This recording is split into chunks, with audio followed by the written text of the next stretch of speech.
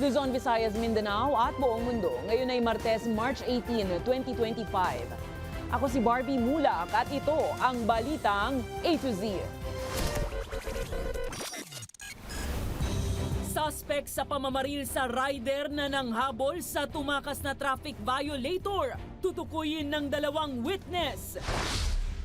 Pulis na nag-vlog laban kay PBBM matapos ang pag-aresto kay former President Duterte. Naharap sa kasong inciting to sedition. Plenary hall ng Senado na magsisilbing impeachment court sa kaso ni VP Sara Duterte. Inihahanda na. Pinay, pasok sa next round ng American Idol matapos makakuha ng golden ticket. Red tagging sa mga kandidato, nangunguna sa naitalang campaign violations. At sa showbiz, Nadine Lustre, bumuelta sa netizen na nagkomentong malaswa ang kanyang post. Magandang gabi pambungad sa ating newscast. Hindi pa rin natutukoy ng mga otoridad ang eksaktong pagkakakilanlan ng suspect sa pamamaril sa isang motorista sa Quezon City. Gayunpaman, dalawang saksi ang nakatakdang imbitahan sa investigasyon ng Quezon City Police District para maisalarawan at maiguhit ang mukha ng gunman. Si Ian Maghanoy may balitang A to Z. Bakit ganun kadaling kumuha ng buhay? Bakit napakadali lang ganunin? Bakit napakadali niya lang kuhanan ng buhay yung asawa ko, yung mga tatay ng anak ko? Hindi alam ng biyudang si Leira Zara kung paano niya ipauunawa sa murang kamalayan ng dalawa niyang anak ang biglaang pagkamatay ng kanilang padre de pamilya na si Wilmer. Si Wilmer ay ang rider na nahagip sa CCTV bilang biktima ng pamamaril ng kapwa rider sa Sullivan Street, Commonwealth, Quezon City. Ayon kay Leira, nagmagandang loob lang ang kanyang asawa na habulin ang kapwa rider na nasa pool rin sa CCTV na tinatakasan ang naninikit na MMDA traffic enforcer sa lugar. Pero binaril si Wilmer ng tumakas na rider. Minsan, sinasabi ko, wag ka na makialam kasi syempre pamilyadong tao ka na. Pero talagang nandun po talaga yung ugali niyang gano'n na hindi maaalis na eh. Sinaluduhan ng crime watchdog na Volunteers Against Crime and Corruption ang anilay kabayanihang ipinamalas ng biktima. Pero maigpit na paalala ng grupo, mas mabuti raw na ipaubaya na lang ng publiko sa mga otoridad ang panghuhuli. Dapat hindi tayo mag-i-engage sa parang paghabol, pag-assist. Yun po, trabaho po ng kapulisan po yan. They have the skills, the training to do that. While tayo, out of our good deeds, heroic act, pero wala tayo sa training, mabubulaga po tayo at it will lead to ganito mga sitwasyon. Anila, sapat ng tulong sa kapwa ang pagkuha ng mga smartphone videos at mga litrato sa nangyayaring krimen na magagamit sa investigasyon. Pero paano kung lobat ang dala mong phone? Tandaan na lang nyo yung plate number or kung may ballpen at papel kayo, isulat nyo just in case. Or immediately, lobat ang telephone mo, magtanong ka na doon sa mga first responder na sabihin mo na kaagad, mayroong isang ongoing crime na nangyayari at baka yun, makatawag sila ng law enforcers. Sa ngayon, patuloy ang isinasagawang follow-up manhunt operation ng Quezon City Police District sa tulong ng mga saksi, habang nire-review na rin ang mga nakalap na CCTV footages sa paligid ng Sullivan Street para matunton kung saan lumayo ang tumakas na rider. May gagawin ng composite facial illustration dito sa suspect base dun sa mga statement ng ating witness. Sana sumuko ka na kasi maliit na lang yung ginagalawan mo eh. Nangako naman ang opisina ni Senator Raffy Tulfo at Metropolitan Manila Development Authority ng 1 milyong pisong pabuya sa sino mang makakapagturo sa kinaroroonan ng salarin. Para sa Balitang A to Z, Ian Maghanoy. Nananawagan ng hustisya ang mga kaanak at kaibigan ng komedyanteng si Gold Dagal matapos itong pagbabaririn nitong 15 ng Marso. Sa post ng kanyang ina na si Jocelyn Cruz, naniniwala siyang isang tao ang nabayaran para patayin umano ang kanyang anak. Nakatanggap rin umano ang anak ng mga pagbabanta mula sa mga taong anyay nagsasabing malapit sa Diyos. Nagpaabot naman ng pakikiramay ang ilang comedy groups sa nangyari kasabay ng pagkondena sa pagpatay sa kanilang kapwa stand-up comedian. Kilala si Dagal sa kanyang mga komentaryo sa human rights, sa pang-aabuso ng otoridad at sa pagbibiro ukol sa Iglesia ni Cristo.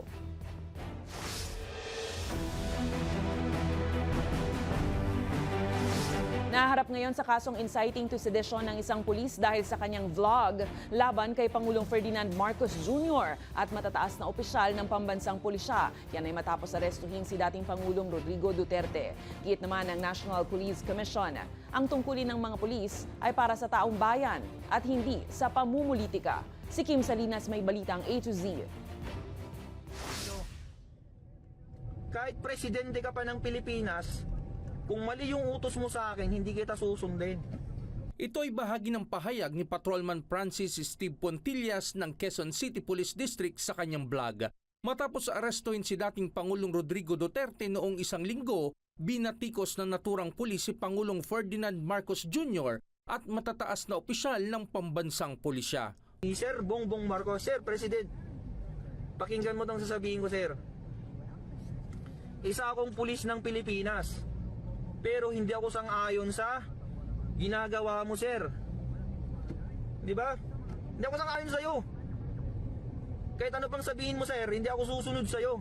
Dahil sa mga pahayag ni Fontillas na may kasama pa umanong pagbabanta laban sa pamahalaan, sinampahan na siya ng QCPD ng kasong inciting to sedition kaugnay sa Cybercrime Prevention Act. Ayon sa PNP, March 6 pa naka-absent without leave si Fontillas. Ayon pa sa pulisya, dati nang binigyan ng medication si Fontillas dahil sa mood swing at disturbing behavior at inatasang sumailalim sa neuropsychiatric examination. Recently po ay nag-exhibit na naman po siya ng the same pattern of behavior at ito na nga, nung mangyari nga po itong pag-aresto po kay dating Pangulo ay nagsimula na po ulit siyang mag-vlog at magsalita po ng kung ano-ano, and because of that po ay pinag-report po siya ng director po ng QCPD but he refused to report. Mag-iimbestiga at magsasampa na rin ng kaso ang National Police Commission laban kay Fontillas dahil sa paglabag sa PNP Code of Ethics at Personal Decorum. His fitness to be wearing a badge, wearing a uniform, carrying a gun, and trying to be to serve and protect our the common Filipino, it's now in question. And again, no partisan political activity will be tolerated by the NAPOLCOM. Dagdag pa ni Kalinisan, bagamat may freedom of expression ng mga pulis, tungkulin nilang manatiling neutral at panatilihin ang tiwala ng publiko. Nagpaalala naman ng Civil Service Commission na batay sa 1987 Constitution, Article 6, Section 5, walang miyembro ng uniform service na dapat makisali sa anumang aktibidad sa politika maliban lamang sa pagboto. At ang bawat lalabag dito ay posibleng maharap sa pagkasuspindi ng 1 hanggang 6 na buwan at maaaring humantong sa pagkatanggal sa serbisyo. Para sa Balitang A to Z, Kim Salinas. Tiniyak ng Armed Forces of the Philippines na walang sundalong nag-resign sa kanilang hanay kasunod ng pag-aresto kay dating Pangulong Rodrigo Duterte noong March 11 batay sa warrant ng International Criminal Court. Ayon kay AFP spokesperson Colonel Francel Margaret Padilla, nakahanda sila sa anumang sitwasyon kahit na walang red alert. Anya, nananatiling profesional ang AFP sa mandato na ipagtanggol ang bayan. Pinasisinungalingan din ni Padilla ang mga umano'y resignation sa social media, lalo't may formal na proseso raw ang pag-alis sa serbisyo. Inihikayat naman ng AFP ang publiko na maging mapanuri at iwasang magpalaganap ng impormasyong walang basehan. Strictly, yung pong ating resignation is a formal process. You cannot resign via social media. Diba? Hindi ka naman pwede mag-post na nagre-resign ka, and even in corporate organizations, I don't think that is the proper form.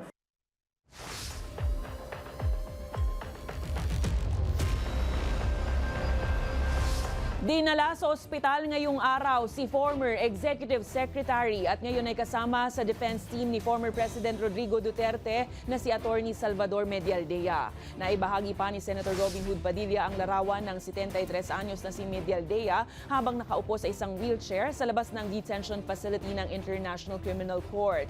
Bago ito, sinundo ng isang ambulansya papunta sa pagamutan sa pahayag ng Embahada ng Pilipinas sa Netherlands.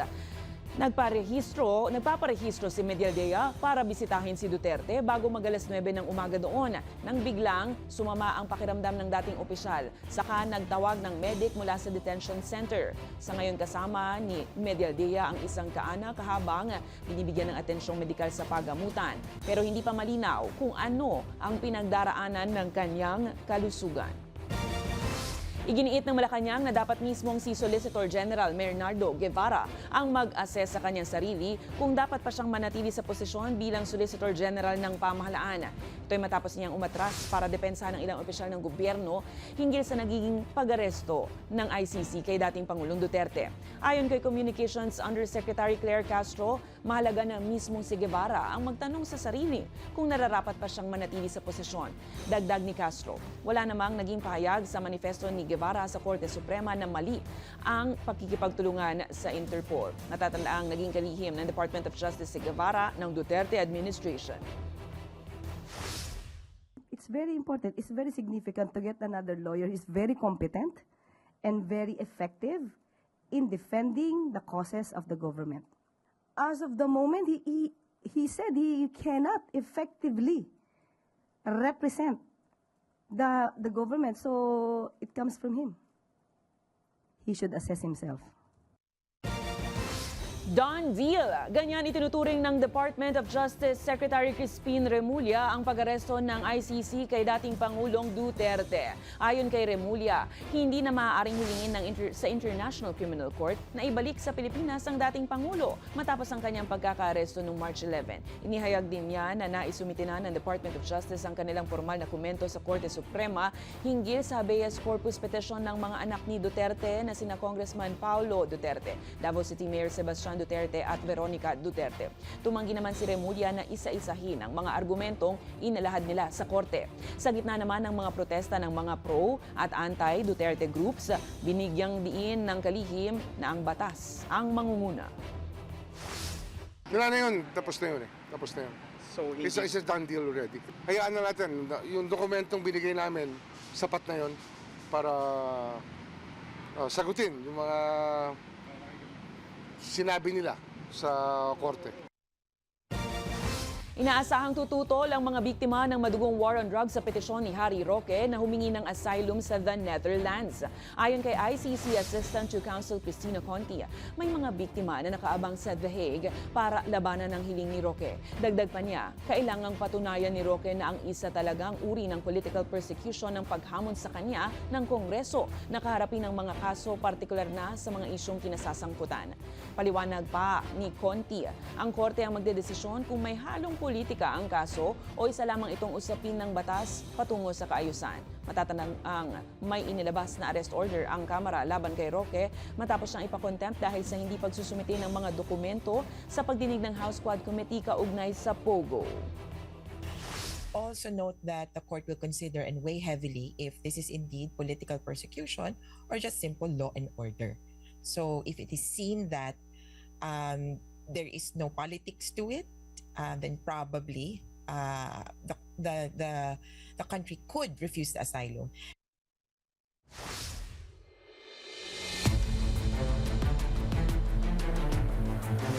Inihahanda na ang plenary hall ng Senado na siyang magsisilbing impeachment court sa kaso ni Vice President Sara Duterte sa Hulyo. Sa pagbisita ng House Secretary General sa Senado, nagtakda na rin ng silid para sa House Prosecution Team na uusig sa bise kung saan magsisilbi rin ng ilang private lawyers. Ang balitang A to Z ni Ace Cruz. Bumisita na si House Secretary General Reginald Velasco sa Senado para inspeksyonin ang plenaryo na magsisilbing impeachment court sa trial ni Vice President Sara Duterte na magsisimula sa July 30. Inilibot si Velasco ni Senate Secretary Renato Bantog Jr. This is our first visit here and we're very happy with the setup. We have no comments, no complaints, but we're happy that the Senate is joining us. No? We are one in this forthcoming event. No? Binago na ng Senado ang ayos na mga upuan sa loob ng plenaryo. Idinagdag ang witness stand na ginamit sa nagdaang impeachment trial at ang mga upuan at mesa na pupwestuhan ng Defense at Prosecution Panel. Nakasalansan na rin ang mga kopya ng impeachment rules sa mesa ng bawat senator judges. Ito yung setup as of now. If there'll be refinement siguro in terms of camera placements, because we want to maximize the space available for the prosecution and defense panels, and of course the public also. Nag-request na ng 2 kwarto para magsilbing pansamantalang opisina ng House Prosecutors sa sagsagan ng impeachment trial sa mataas na kapulungan. Bukod sa House Prosecutors, may defense team pa ng kampo ng Vice President na okupa sa ilang kwarto sa Senado. Sa usapin naman ang gastusin ng Senado sa paghahanda sa impeachment trial, sinabi ng Senate Secretary na wala pang gaano ginastos dito dahil in-house ang ginawang pagsasaayos ng witness stand maliban sa susuoting robe ng senator judges. We're still able to make do with whatever resources that we have right now. And in fact, ang ano ko naman sa mga heads of offices is that whatever budget they submit, it must be impeachment specific, no? Sa issue naman kung may private lawyers na magsisilbi sa prosecution team laban sa Vice Presidente. Actually, it's a mixture. Some of them volunteered and some of them were recruited because of their experience in court trial and also experience in the actual impeachment cases. We've been talking to a few lawyers in the past 3 or 4 weeks already. May nag-commit na, sir? May mga nag-commit na doon sa... Meron naman na they express willingness to help us. Habang papalapit ng impeachment trial, patuloy nilang pag-uusap ng Kamara at Senado para tiyaking magiging maayos ang usad pagsapit ng trial proper. Para sa Balitang A to Z, Ace Cruz. Posibleng ginamit ni dating presidential spokesperson Harry Roque ang lihim na lagusan sa Tawi-Tawi para makalabas ng bansa, gaya ng ginawa ni dating Bamban Tarlac Mayor Alice Go. Ayon kay Bureau of Immigration Commissioner Joel Viado, nahagip si Roque sa Tawi-Tawi noong September 2, 2 araw bago siya dumating sa United Arab Emirates. Walang record ng kanyang pag-alis kaya't pinaniniwala ang gumamit siya ng backdoor exit. Matatanda ang hinahanap ng mga otoridad si Roque dahil sa kanyang pag-iwas sa investigasyon ng Kamara ukol sa Pogo. Habang sinabi naman ni Roque na mag-apply siya ng asylum sa Netherlands dahil sa kanyang pagtatanggol kay dating Pangulong Rodrigo Duterte sa kaso nito sa ICC. Ginigit naman ng House Secretary General na walang kapangyarihan ng Kamara na kanselahin ang pasaporte ni Roque at kailangan ng utos mula sa korte para gawin ito.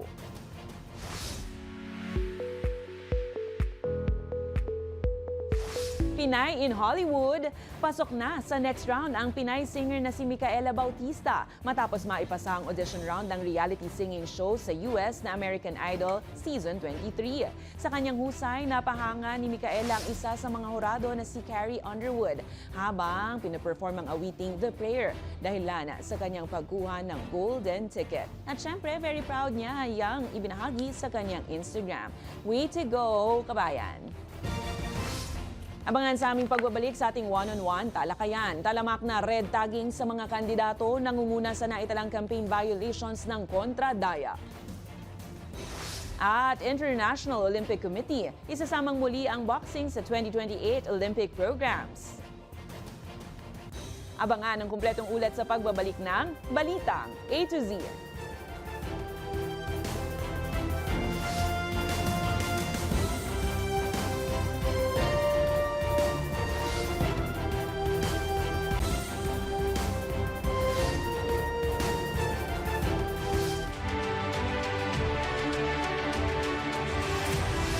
Isang buwan magmula ng umarangkada ang national campaign period, na monitor ng Election Watchdogs Kontra Daya at Vote Report PH ang halos 100 insidente ng campaign violations. Pinakamarami dyan ang red tagging. At base sa ating panayam, may 4 na ring insidente ng vote buying. Panoorin. Pag-usapan natin yung mga numero. Ano po ba ang naitala na violations? Ang naitala naming violations, pwedeng maklasify sa 6. Pinakamarami talaga yung red tagging, 65%. May mga kaso na ang nangyari ay sinusulat sa simpleng sako ng bigas, yung mga party list group, tapos yung ilang mga senatorial candidate na ang tingin ng certain groups ay progresibo, binabansagan din nila ng mga komunista. As far as you know, ito po bang 65% ng almost 100 incidents na naitala ninyo, na-report ba ito sa komisyon? Yung mabilis na sagot sa tanong mo, may reklamo naman eh. Whether or not may action yung COMELEC, that's a different matter altogether. Let's go there. Yung panawagan, yan. Sige, buti binanggit mo. Kaya through your program, Barbie, gusto naming ulit-ulitin sa COMELEC na aksyonan na sana itong mga inihaing reklamo hinggil sa red tagging at saka yung iba pang mga illegal na pangangampanya. Okay, a number of the incidents also representing vote buying as early as now. So, paano ito nakita ng Kontradaya? Paano ito na-monitor? Medyo mahirap na rin kasi na bantayan. Tama. Tama ka, mahirap bantayan. Buti na lang maraming mga concerned citizen na nagrereklamo. Lahat ng mga insidenteng ito, verified po ito at batay sa mga inireklamo, diretso po dun sa mekanismo na sineta po ng Vote Report PH. Kaya malinaw yung ebidensya rito at saka talagang sinala namin at kinausap yung mga nagreklamo before we actually publish the results. At yun din yung gagawin namin. Malis lang ako ng konti, no? Curious lang ako kung meron ba tayong numero kung magkano na ang bentahan ng boto ngayon. Not because gusto natin magbenta o magbili ng boto, pero it speaks about, alam mo yung pangangailangan din kasi ng tao, kung ba't sila nahihirapan din humindi. Okay. It ranges from 500 pesos. Kaya nang nabanggit ko kanina, merong 1,000 pesos din. Minsan nga on election day, ang bigayan 5,000 pesos My gosh. to 10,000. Minsan may 10,000 pesos din. And then get this, Barbie, hindi lang ito usapin na bibigyan kita ng pera para iboto mo ako. Okay. Minsan, ang nangyayari, bibigyan kita ng pera, pero lalagyan ko ng indelible ink yung daliri mo para hindi ka na makaboto. Bawas boto. Diba? Exactly, bawas boto. Tapos yung malaking palaisipan, paano sila nakakuha ng indelible ink na yon, di ba? So, kasi, ano po na lang yung, bago kita pakawalan, ano na lang po ang inyong mensahe sa taong bayan na medyo nawawalan ng gana, baka ayaw bumoto sa May 12? Well, syempre, kailangan pa rin nating bumoto sa kabila ng mga napagdadaanan natin, yung mga problema na kinakaharap ng ating bayan. Alam mo, kung kailangan nating mag-detoxify sa social media, pwede naman yan wala namang problema. Pero dapat bumalik rin tayo sa realidad kasi ito lang naman yung nag-iisang bansa natin. At tayo, naniniwala tayo na wala namang bobotante o bobong botante sa ating bayan. Kaya tayo minsan nagsa-struggle sa fake news kasi napaka-sophisticated na ng pamamaraan ng pagre-report nito. Kaya dapat mas ine-expose natin at kino-call out yung mga fake news purveyors. So, panghuli na lang, Barbie, gusto ko lang sanang i-promote na sa Vote Report PH, yung partner namin, pumunta lang kayo sa website ng Vote Report PH, madali lang po naman itong i-google. At doon po, kung may mga gusto kayong ireklamo na illegal na forma ng pangangampanya, pwede nyo pong i-fill out yung online form. Professor Danilo Araw ng Kontradaya, maraming salamat po. Aprobado na ng COMELEC ang exemption ng ayuda para sa Kapos ang Kita program o AKAP sa spending ban ngayong kasagsagan ng election season sa bansa. Lumagda naman sa isang peace covenant ang komisyon kasama ang mga opisyal ng PNP, AFP at Bangsamoro para sa kapayapaan ng halalan sa rehiyon. Ang balitang A to Z hatid ni Naomi Almohano. Pinayagan na ng Commission on Elections ang pamamahagi ng ayuda para sa Kapos ang Kita Program o AKAP ng Department of Social Welfare and Development ngayong panahon ng eleksyon. Sa memorandum order na inilabas ng komisyon ngayong Martes, binigyan nila ng exemption ng nasa 12.6 billion pesos cash aid fund na nakalaan para sa AKAP. Mga nasa near poor segment ng populasyon o iyong mga kumikita ng minimum to below minimum wages ang makatatanggap nito. Nasa 11 DSWD programs pa ang binigyan ng exemption ng COMELEC, kabilang dyan ang Social Pension for Indigent Senior Citizens na may 15.4 billion pesos na pondo, Supplementary Feeding Program na may nakalaang 1.2 billion pesos at 503.6 million pesos naman sa Lawa and Binhi Project. Nakasaad din sa memorandum memorandum na dapat may election officer ng munisipalidad sa tuwing mamamahagi ng mga ayuda. Ito'y para matiyak na walang kandidato o partidong isisingit ang sarili nila para mangampanya at abusuhin ang ayuda programs. Gayunpaman, pagsapit naman ng Mayo 2 hanggang Mayo 12, hindi na papayagan ang pamimigay ng ayuda, tupad, AKAP, AIX at 4Ps maliban na lang sa medical at burial assistance. Samantala, pinirmahan na ng COMELEC, Philippine National Police, Armed Forces of the Philippines at Bangsamoro officials ang isang peace covenant sa Maguindanao del Norte ngayong Martes. Layon nitong tiyaking ligtas, patas at mapayapa ang mga magaganap na eleksyon sa Maguindanao. Kasunod ito ng bahagyang pagtaas ng kaso ng election-related violence sa Cotabato City at Maguindanao del Sur. Gusto natin maging maayos ang nasira rin.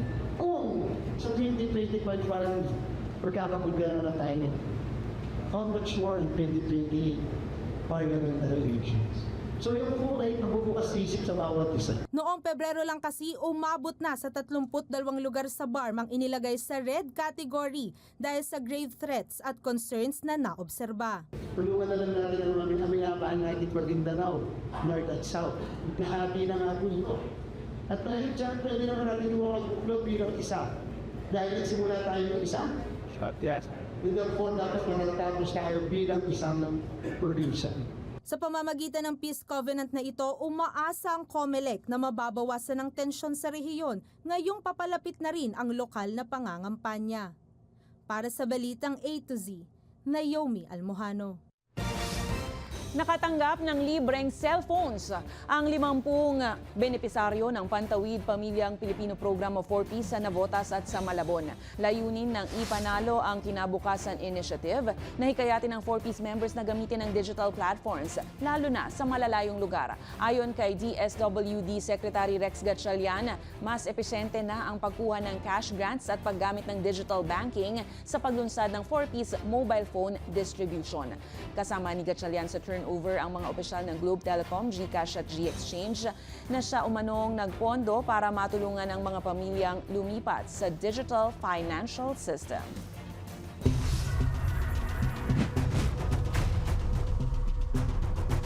Nag-alok ng 100,000 piso si Aklan 2nd District Representative Teo Dorico Haresco Jr. para sa impormasyon na magtuturo sa mga salarin sa pagpatay sa 23 anyos na Slovak tourist na si Mikaela Mikova. Nakipagpulong si Haresco sa mga otoridad para alamin ang takbo ng investigasyon. 2 taon na ang nasa kustodiya ng Malay Aklan Police habang 9 na saksi naman ang nagbigay ng pahayag. Dagdag ng mambabatas, dapat kumilos ng mabilis para maibalik ang tiwala ng publiko at matiyak na ligtas ang Boracay sa mga turista. Natandaang natagpo ang patayang biktima sa isang abandonadang kapilya 2 araw matapos siyang mawala. Batay sa pahayag ng pulisya, may palatandaan ng sexual abuse at blunt force trauma sa ulo. Susunod, Nadine Lustre nanguna sa vegan campaign ng PETA. Bashers sa SOCMED, pinweltahan. At Julia Barreto at Gerald Anderson enjoy sa kanilang motorbike road trip. Saan ba yan? Manatiling nakatutok, kayo ay nanonood ng Balitang A to Z.